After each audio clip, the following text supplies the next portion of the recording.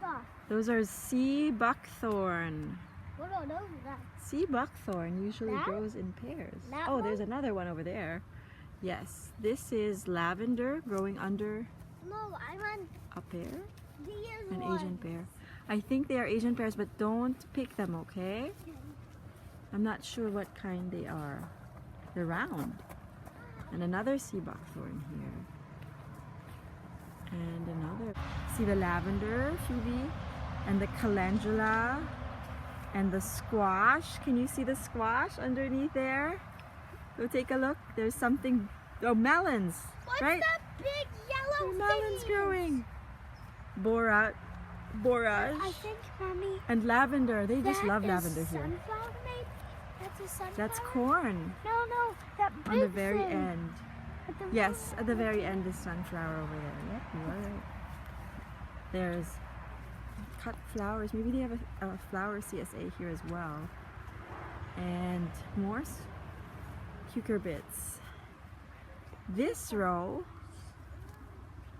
was for climbing, but they keep it really well. Well, Mommy, they just And walk corn. in here. You walk in here. Yes. This is making me really miss my garden and want to go back home and tend it and make it all nice and beautiful like this, because it isn't as organized as this. But this is so productive and so organized. Is it marigold or zinnias? I think, let me take a look. Good question. Zinnias, I think. You know, I don't know what they are. I think it's neither, maybe different. The marigolds are the orange ones. Yeah, but I'm wondering Maybe- what are these pink ones? Some sort of aster family flowers. They're pretty. Are those the zinnias? Yes, I think those are. But even those zinnias are different from the ones back home. The landscaping company. Yes? And so this is the farm. This is a farm. It's separate. Oh, okay. Yeah, but she has a lot of the same principles. It's no-till, so no machinery, and Yes. a lot of soil building and agroecology goes into the planning of it. Yeah, so you guys do permaculture on both Yes, sides, of course, yeah. So she does mostly like a lot of composting and just like no-till. Uh-huh.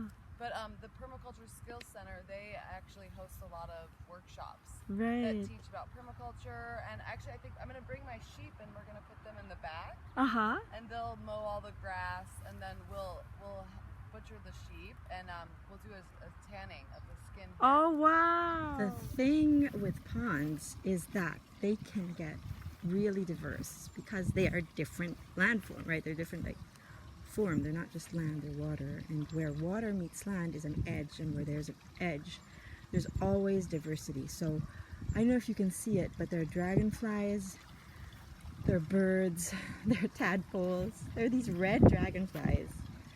My goodness. And running water. Of course, the water always has to be running in a pool, or else if you let it get stagnant, then you'll have algae growth, and you don't want that. You don't want your water to get eutrophic and have no oxygen in it, because that'll wipe out the life. The pump, as you can see here, is most likely powered by this solar panel.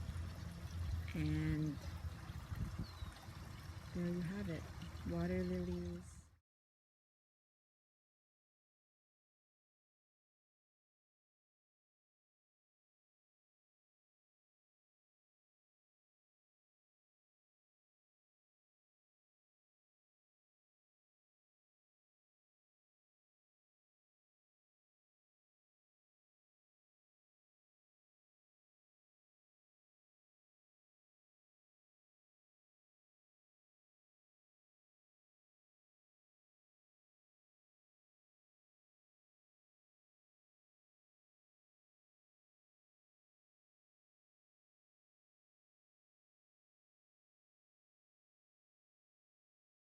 This is the Oakland Bridge.